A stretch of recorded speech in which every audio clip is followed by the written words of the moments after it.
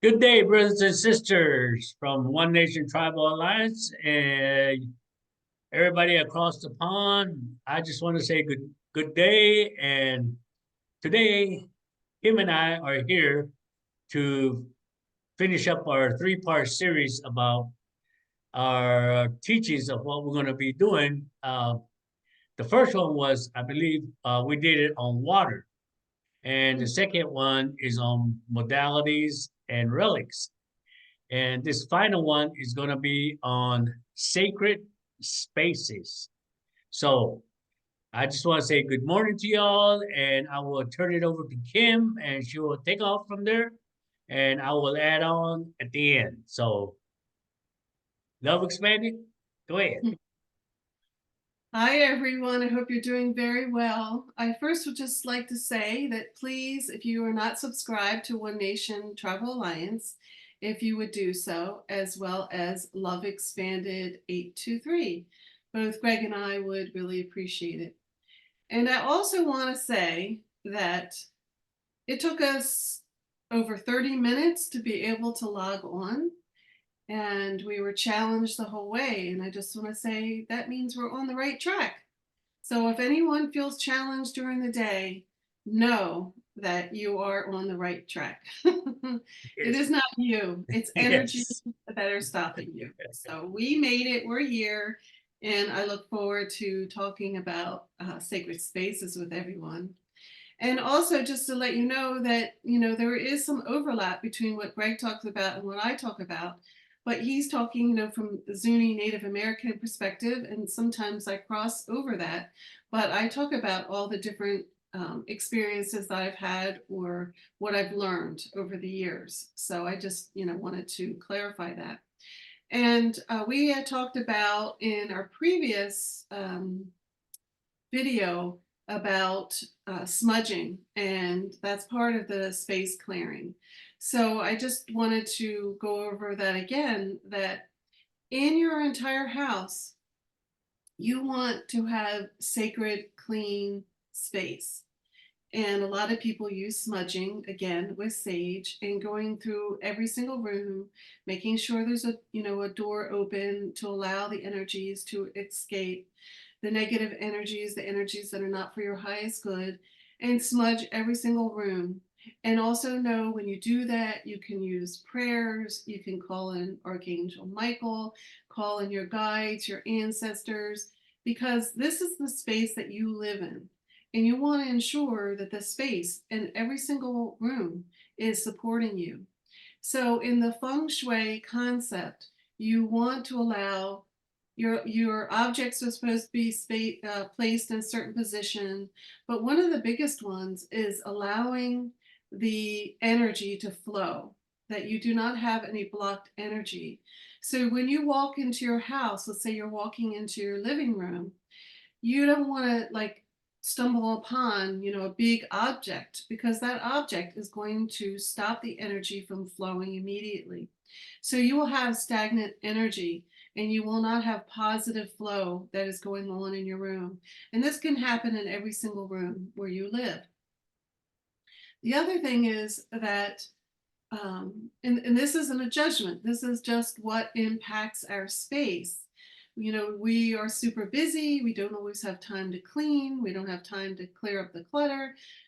So again, this is educational for you to understand that it really does serve a purpose to have a clean room, all clean rooms of, number one, the environment is clean, and also from free from clutter.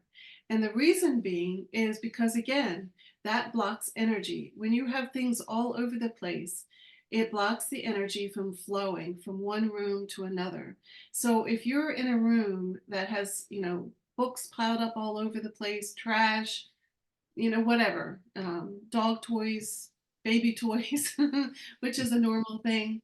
But if you have that, it's never been cleaned, for a month, you're going to have stuck energy in that room. Even if you smudge it, if you do not have free flow of energy that can allow it to circulate, it will get stuck in those spaces. And so that's just a reminder that if you can keep your spaces free of clutter, and then also what you utilize the room for. So if in your bedroom, you are going to have a different purpose, you want to be able to sleep comfortably. You don't want to have electronics. You don't want to be on your phone, your laptop, and we're all guilty of that. But for the most part, you want to have a sacred space so that it supports you to get sound sleep through the night. If you are in the kitchen, obviously, you want to have all the appropriate items in the kitchen so that you can be supported in creating and providing nourishing meals, and that the kitchen is also clean of clutter and dirt or whatever might be in there. And so the other thing that I also wanted to talk about was this applies to both inside and outside your house. And as you go through and you do, smudging, you do clearing, you're calling your ancestors, your guides, Archangel Michael, um, doing prayers, you just want to be mindful of what each room represents. If you have an office, like I talked about crystals with the selenite, putting crystals, putting the selenite around you as you're working in your office. And if you have a meditation room, you want to ensure that meditation room provides you quiet, allows your mind to relax. And it knows that when you come into that meditation room, that is your sacred time for your meditation, for your prayer, for your mantras, for you to be open to receive the blessings. And so just be mindful of that, as well as you're outside. Again, you don't want lots of clutter outside. You want it to support, Mother Nature and the beautiful, birds and insects and squirrels and the trees and the flowers. You want to have the space that they feel like they're being nourished. And inside and outside your space, you want to bring in life. You want to have plants, and so they can nourish and filter the air, as well as flowers, bringing in flowers, whether they're potted flowers or cut flowers. You're bringing in beauty and with gratitude, and you're loving your space, and you are thanking this beautiful space that you have created. And to go further with that is also when you travel, or you're in somebody else's house, or you're in a hotel room or Airbnb or camping, it doesn't matter. You want to ensure that you're creating a sacred space in that place as well. And even if it's you traveling with crystals and you're doing a cleansing, you might not be able to smudge with sage or cedar, sweetgrass, but you can invoke Archangel Michael. You can utilize your crystals. You can do it in prayer and meditation. And when we travel, I always bring all my crystals with me and I put them next to my bed. And so you want to be mindful of your spaces, because especially in a hotel room, there's been hundreds of people in there. So you're walking into all the energy that was in there, previously. And so you just, want to cleanse that as well. There's two other things I wanted to talk about. And the other is about purchasing used furniture or objects or antiques. They are in somebody's house. They could be in an auction house. They could come right from a person's house. And that carries that person's energy, or whoever lived in that household. They can even have attached spirits that come with that furniture or that object. So it would be best to cleanse the object before you bring it into your home. But if it's in your home, cleanse the object at that time and release, any energy that is not for your highest good, energy that's not yours, and to allow it to be transmuted in a loving, positive manner. And ask it, if it gives permission to be in your house. When you are looking for used objects or even new objects, ask it, are you connected to me? Can I bring you into my home? Can we have supportive sacred space together? So that's very important as well. And the Wow. last thing I want to talk about is potentially every room should be sacred space. and it should be for the purpose that you're using it for. If you have a studio, obviously you're going to have everything all in one room, and that's okay. You're just delineating what each area is serving. And so the third thing I want to talk about are altars. And altars can be in every single room. They don't just have to be in a meditation room. You could have an altar on your fireplace. You could have an altar in your kitchen. You could have an altar in your backyard, and each one would serve a different purpose. But in this case, I'm going to talk about an altar for prayer and meditation. And again, you don't have to have a meditation room.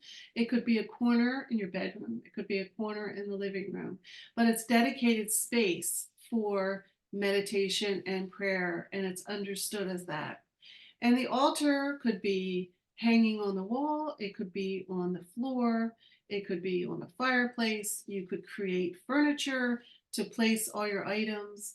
I've used bookshelves. I usually, I have a lot of things on my altar, and so I use bookshelves, and I also use the floor beneath it, or in front of it.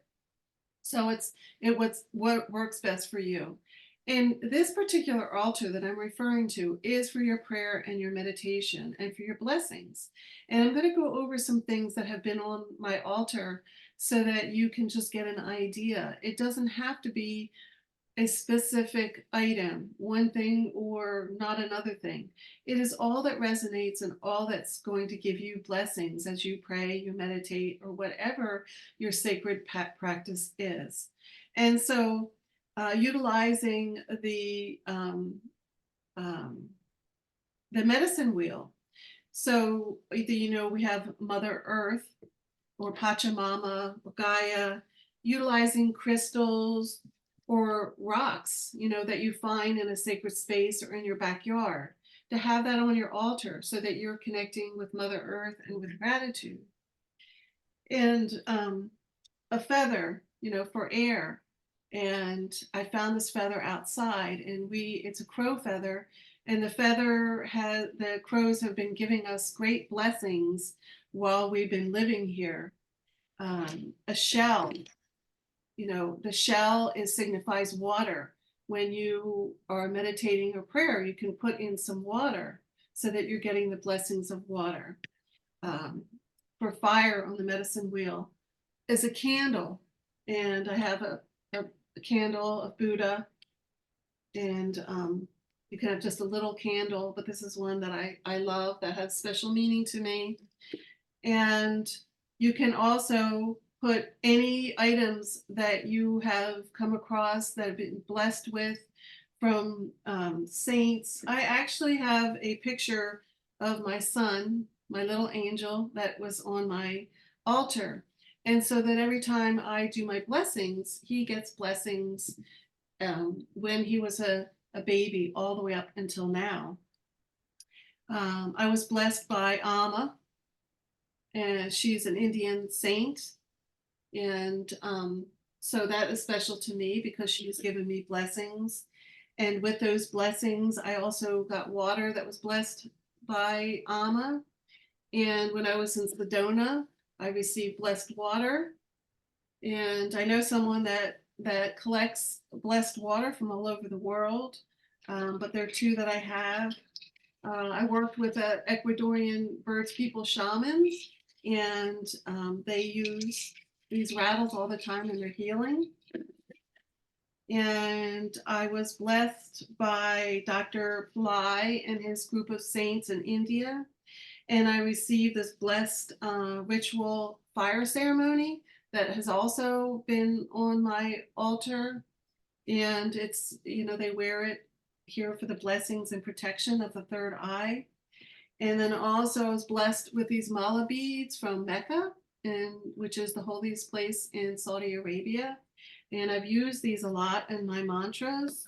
And then Greg's brother blessed me with this bear and this turquoise arrowhead. And so this also has been on an altar in the fireplace. And so these are all different items that you can utilize.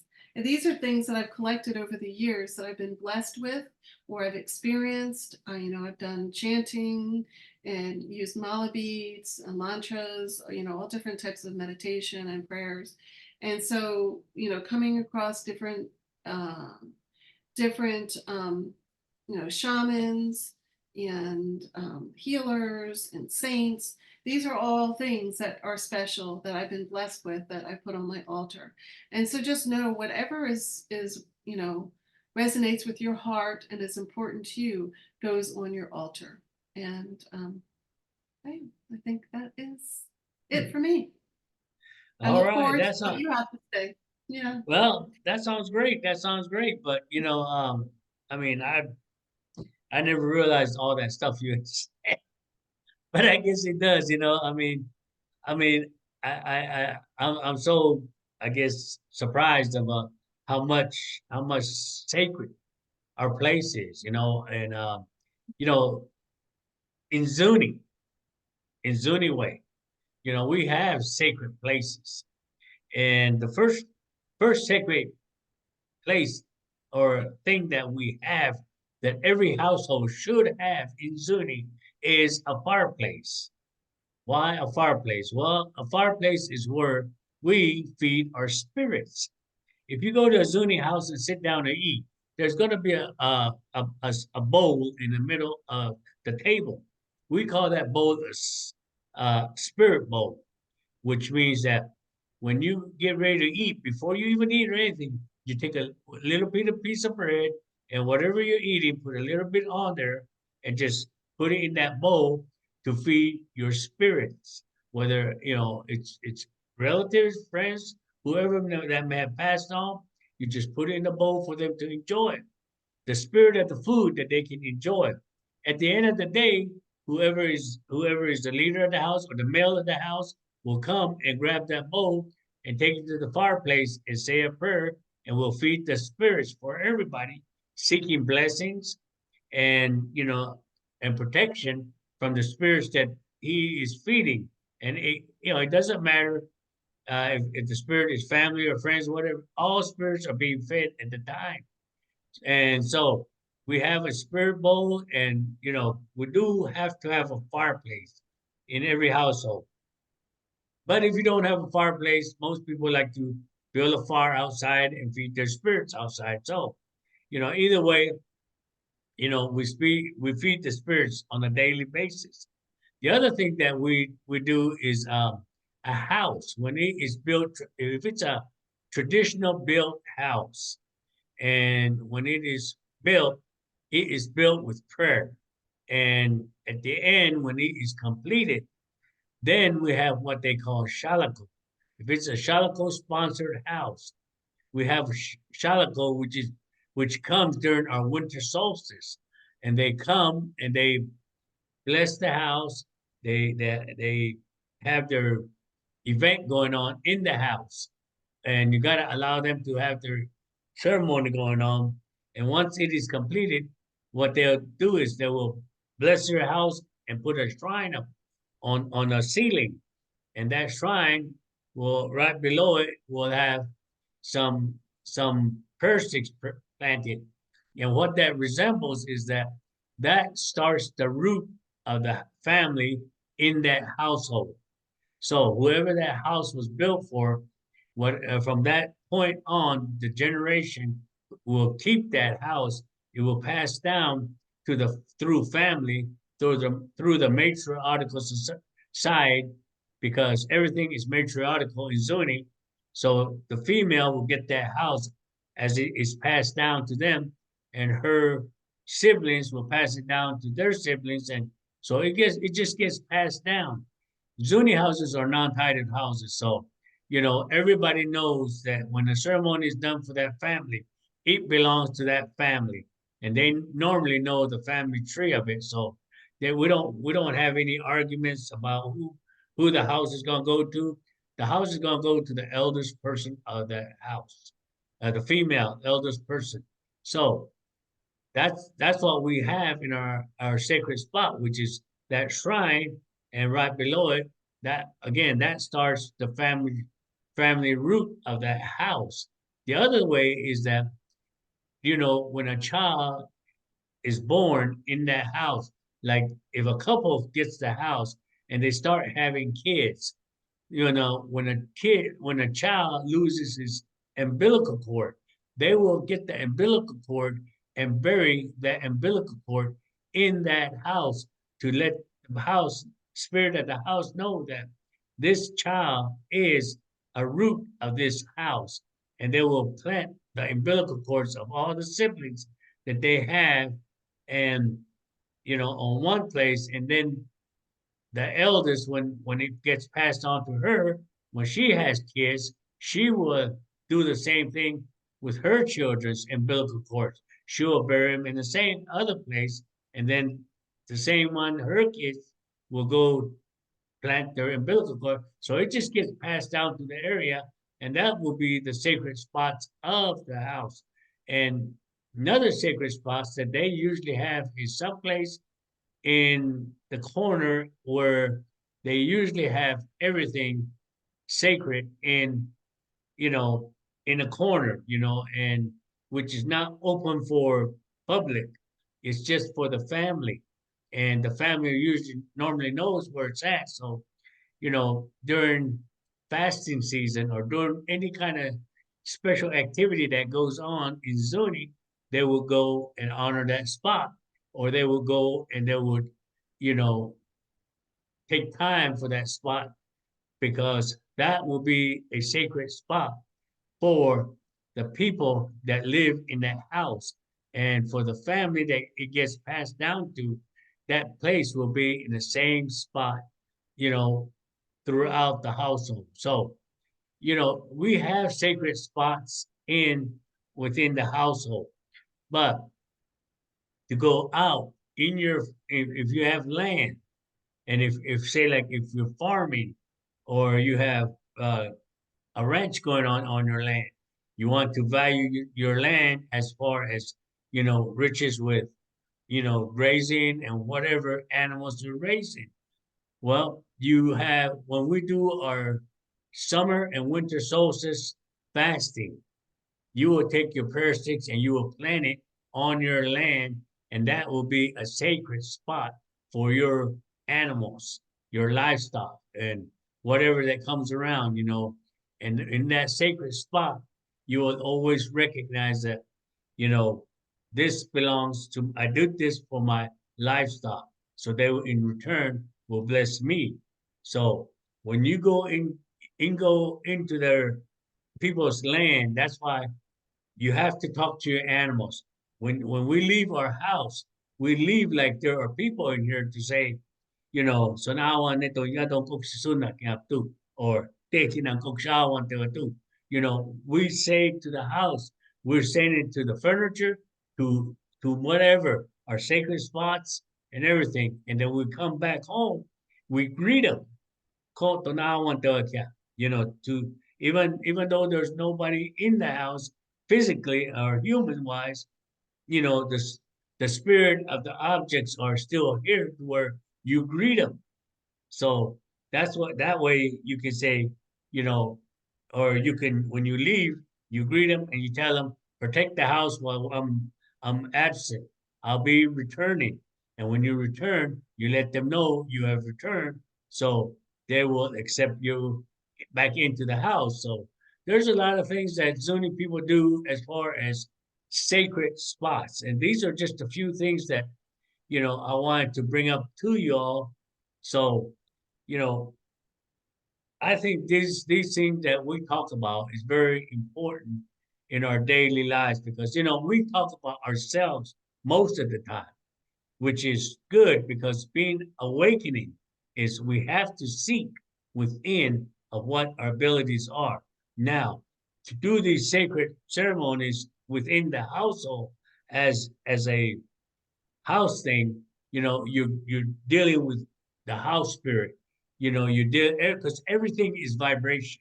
Everything has a spirit. So when we do all this, we're just not, talking to a furniture or sofa. We're talking to the spirit of that furniture. We're spirit talking to the people that have created that, their energy in that, creating that furniture, the tree that brought that wood in, that created that wood. We talk to everything like that. We see everything like that. We just don't see it as an object. We see it as a spirit. So, this is the reason why we have sacred spots and we do sacred things, and I'm glad Kim brought up the idea of when you bring in used items, you know, make sure you connect with that item. Make sure you cleanse it because, again, sometimes when the dark is around, it leaves residue. So when you cleanse it, it goes away to where when you bring it in the house, it'll be cleansed and clean. But if you bring it in the house and cleanse it, that's still good because it doesn't keep the negative energy on that object. You will bring that house in, you will welcome that object into your house to welcome the spirit of that object into your house and make it part of your family. So that was a good point about cleansing used objects that you go out and get. And if it's a new object, still bring it in and cleanse it because it's a start. It's like bringing in a baby to the house. You're christening the object to be part of the family. So that's what I got, Kim. So, you want to add anything else? No, I just hope this information is useful, and if anybody has any questions, please feel free to comment below. And if anyone wants us to cover any particular subjects, going forward, to please, let us know that as well. Okay, well, that's what we have on our three-part mini series about water, relics, and sacred places. I hope you learned something from it. And again, like Kim said, if you got any questions, feel free to get a hold of us because we're here and we're here to help, to share information and knowledge to help y'all have a blessed life. So if that's all we have, y'all have a wonderful, wonderful day and a blessed week. And we love y'all and continue to like and subscribe our channels. Okay? I love you. Sending everybody so much love, and have a beautiful and blessed day.